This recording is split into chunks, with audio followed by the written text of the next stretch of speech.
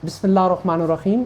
मेरा नाम डॉक्टर मोहम्मद शुएब है। मैं बाय प्रोफेशन एक ऑर्थोपेडिक सर्जन हूँ और एक गवर्नमेंट के इदारे में जॉब करता हूँ। ऑर्थोपेडिक्स सब्जेक्ट के साथ, इस मजमून के साथ मेरी वाबस्तगी पिछले 18 साल से है। मैं एज ए कंसल्टेंट एक गवर्नमेंट इदारे में इस्लामाबाद में जॉब करता हूँ। मेरी जो सब स्पेशलिटी है वो पीड्स ऑर्थोपेडिक्स है, यानी बच्चों की जोड़ों की और हड्डियों के जो मामलात और मसाइल हैं उनके मुतालिक। आज की गुफ्तगू का टॉपिक सबसे पहले ऑस्टियोपोरोसिस यानी हड्डियों का भुरभुरापन है। ये टॉपिक सबसे ज़्यादा और सबसे इम्पॉर्टेंट आज की डेट में क्यों है? क्योंकि आफ्टर द एज ऑफ 45 साल की उम्र के बाद ये मसला हर खातून को पेश आता है और 60 या 65 साल की उम्र के बाद ये मसला हर मर्द को पेश आता है। ख़वातीन के अंदर हड्डियों का भुरभुरापन पेरीमेनोपॉज़ल और पोस्ट मेनोपॉज़ल हमारे माशरे में बहुत ज़्यादा है।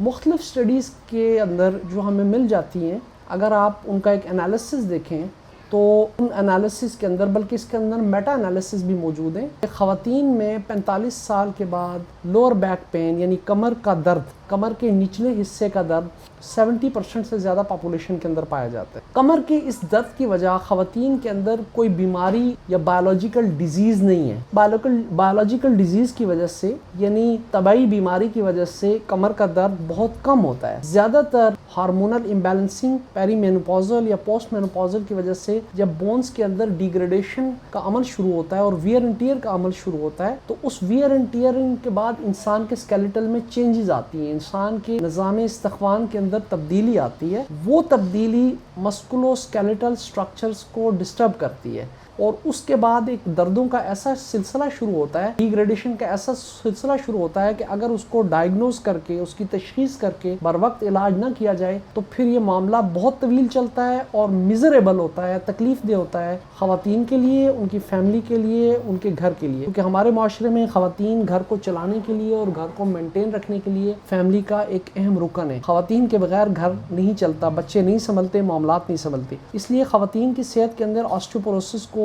जानना के मुतालिक आगाही और उसके मुतालिक ख़वातीन की ट्रीटमेंट एक बुनियादी अंसर है जिस पे आज बात की जा रही है।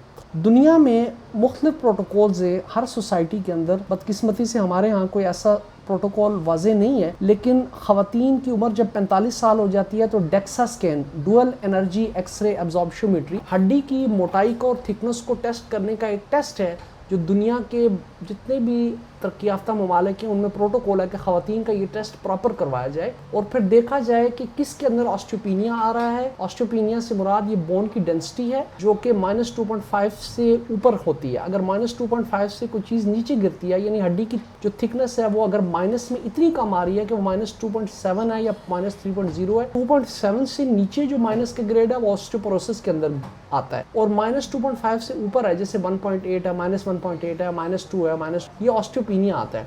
दोनों की ट्रीटमेंट में थोड़ा सा फ़र्क है और बेहतर दवाइयाँ अब मौजूद हैं। जिन लोगों को बिस्फॉस्फोनेट जो कि प्राइमरी ट्रीटमेंट है वो नहीं दे सकते, उनके लिए अब बायोलॉजिकल ट्रीटमेंट भी मौजूद है। तो मेरी तमाम लोगों से ये गुजारिश है, तमाम डॉक्टर हजरात से, स्पेशली गायनेकोलॉजिस्ट से, कि आपके पास पेरीमेनोपॉज़ल और पोस्ट मेनोपॉज़ल माइल्जियाज, आर्थ्राल्जियाज और बैक पेन के लिए ख़वातीन बहुत ज़्यादा आती हैं। एंडली अब ऑस्टियोपोरोसिस के लिए डेक्सा स्कैन हर उस पेशेंट का ज़रूर करवाएं जो इन सिम्टम्स के पास आए, इन सिम्टम्स के साथ आपके पास आए, और फिर इसको प्रॉपर्ली ट्रीट करें। बिस्फॉस्फोनेट फर्स्ट डिग्री ऑफ ट्रीटमेंट है। इसमें ओरल और आईवी अच्छी ऑप्शंस के साथ मौजूद हैं। इसमें वंस वीकली से लेकर वंस ईयरली तक आपके पास ऑप्शन मौजूद है। जहाँ पे बिस्फॉस्फोनेट कॉन्ट्राइंडिकेशंस हैं, नहीं दे सकते, वहाँ पे बायोलॉजिक्स बहुत अच्छी अब मार्केट में मौजूद है और लोगों की एक्सेस के अंदर है। आप जब ऑस्टियोपोरोसिस को या ऑस्टियोपीनिया को ट्रीट कर लेते हैं तो 70 to 80% जो सिम्टोमेटिक बैक पेन, माइल्जियाज, आर्थ्राल्जियाज, जोड़ों के दर्द हैं वो ठीक हो जाते हैं। मेरी तमाम लोगों से गुजारिश है कि ऑस्टियोपोरोसिस की आगाही